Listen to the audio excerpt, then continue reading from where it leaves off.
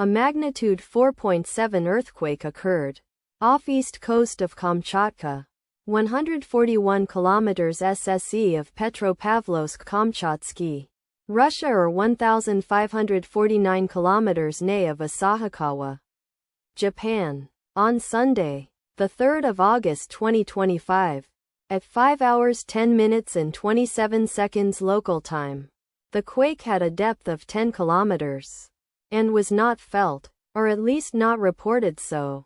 Data source from EMSC. Did you feel it? Let us pray. May the earthquake that occurred not affect our brothers and sisters there.